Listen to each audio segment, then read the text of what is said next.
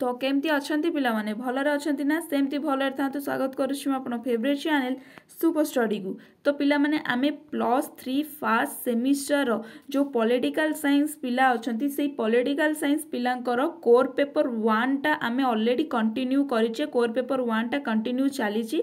Unit 1 टा तारा already सरी सारलानी। Unit 2 रो class 3 पर्यंत भी आमे चली गलेनी। आज देखिबा कोन ना कोर पेपर 2 दो सेकेंड बुकटा अच्छी आमर कोर पेपर 2 कॉन्स्टिट्यूशन रिलेटेड अच्छी। तो सहीटा को आज देखिबा। तो से कोर पेपर 2 रो आज आमे यूनिट 1 रो चैप्टर 1 को कंप्लीट करबा। कहार ना यूनिट 1 रो चैप्टर 1 को कोर पेपर 2 रो कंप्लीट करबा। तो ता चैप्टर 1 टा कोन थिला ना कॉन्स्टिट्यूशन ऊपर थिला कि संविधान कोन, संविधान प्रणयन सभा और यार गठन। तो चलंतु स्टार्ट करबा कि व्हाट इज कॉन्स्टिट्यूशन। संविधान कोन? संविधान साधारणतः राष्ट्र शासन परिचालन उद्दिष्ट मौलिक नीति और नियमावलीर समाहार को संविधान कुहाଯାଏ।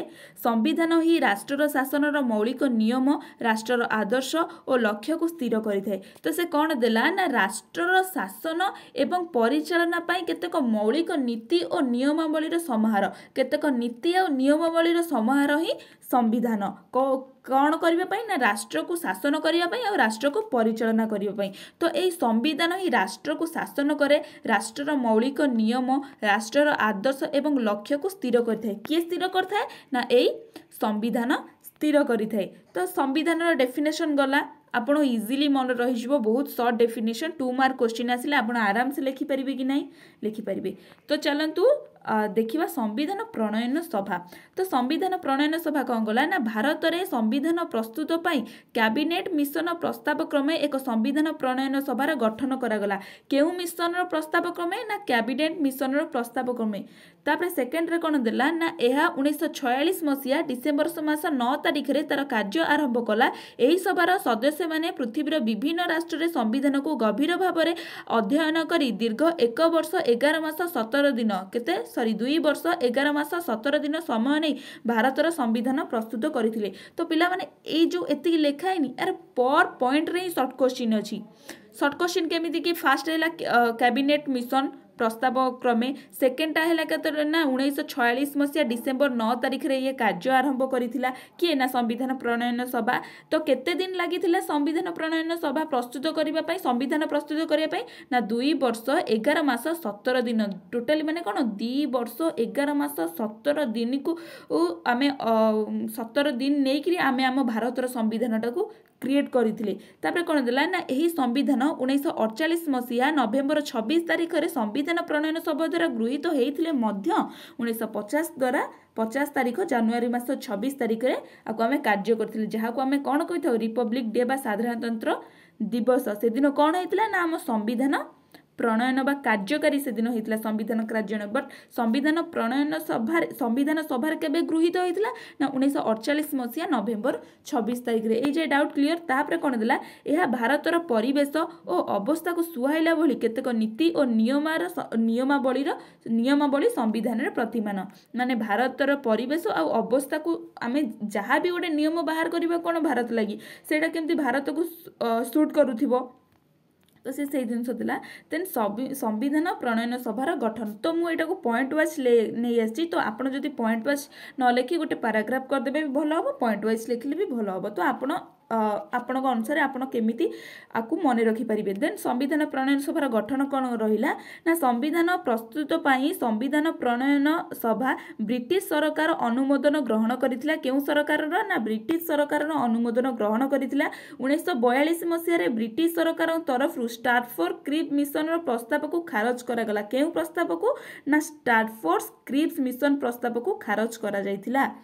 तापर देला कैबिनेट मिशन योजना अनुसार स्थिरीकृत हैला जे राज्य विधानमंडल परोक्ष भाव में संविधान प्रणयन सभा प्रतिनिधि निर्वाचित होबे। तो एटा कोन देला ना कैबिनेट मिशन कोन योजना कला। ए जो कैबिनेट मिशन कोन ना जेमिति हमर गोटे एठी रहि जाउतिला के मिशन जो हाँ ये ब्रिटिश सरकार गोटे गोटे मिशन स्टार्टफोर्ड क्रिप्स मिशन जोटा कहते सी गोटे मिशन होता बेले ये आउ गोटे हूँ कैबिनेट मिशन या अलग गोटे मिशन बट यहाँ सर्ट क्वेश्चन टाइप आसो बोली मुझे आपको लंग वे आपको प्रोवाइड करदेली आपको लंग क्वेश्चन भी लिखिपारे सर्ट क्वेश्चन भी लिखिपारे।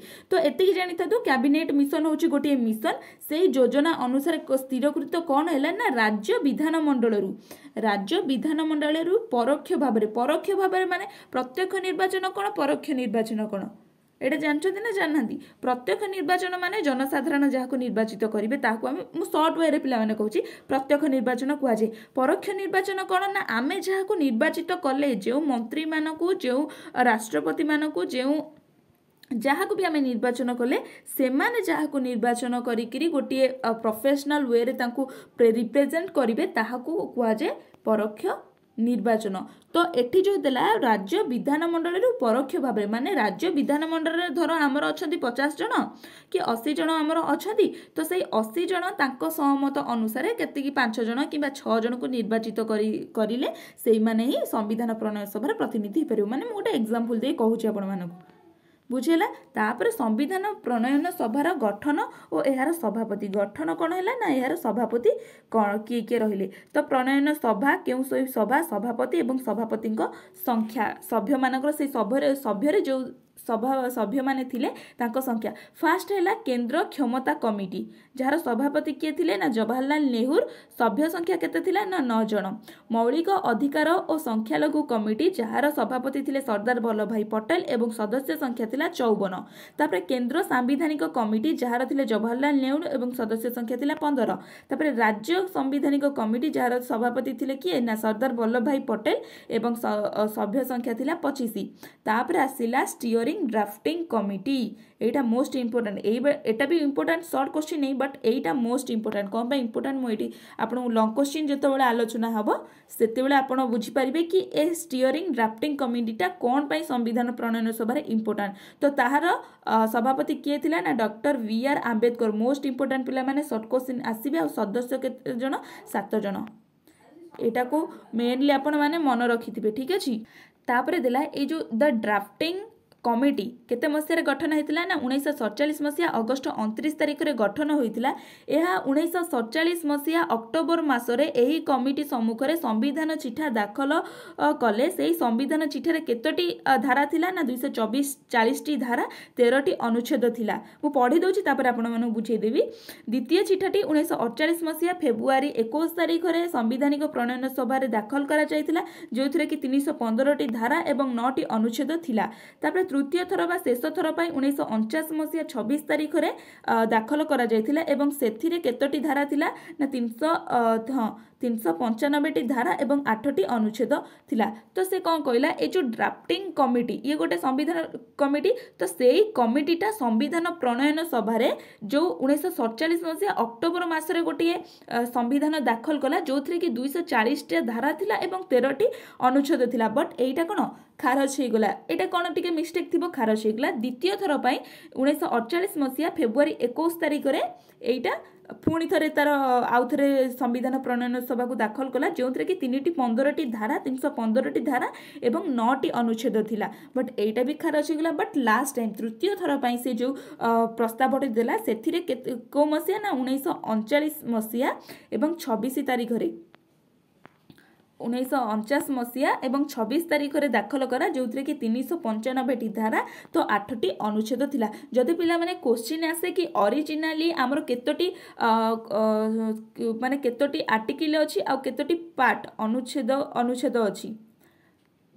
तो आपण कौन कहि परिबे सॉरी पार्ट होची भाग 21टा आमर ओरिजिनली भाग होची 21टा बट अनुच्छेद को आम कौन करथाउ शेड्यूल कहिथाउ तो 395 टी धारा एवं 8 टी अनुच्छेद अछि जोटा कि ओरिजिनली अछि। वर्तमान तो धारा होची शायद 445 एवं अनुच्छेद सेही 8 टी एवं पार्टटा बोधे 23 पाखापाखि पड़े आपण टे गूगल सर्च करदेबे आमे पढ़िला बेले तो एमती किछि थिला कारण धारार कोनोसी सेमिति किछि रूल रेगुलेशन थाए से केतबेले भी को धारा आसी पारे तो ओरिजिनली जदि देखिबा हमर 395 टी धारा 8 टी अनुच्छेद एवं 21 भाग रही एटा भी फंडामेंटाल जिनिस आपण माने प्लीज मन रखिथिबे।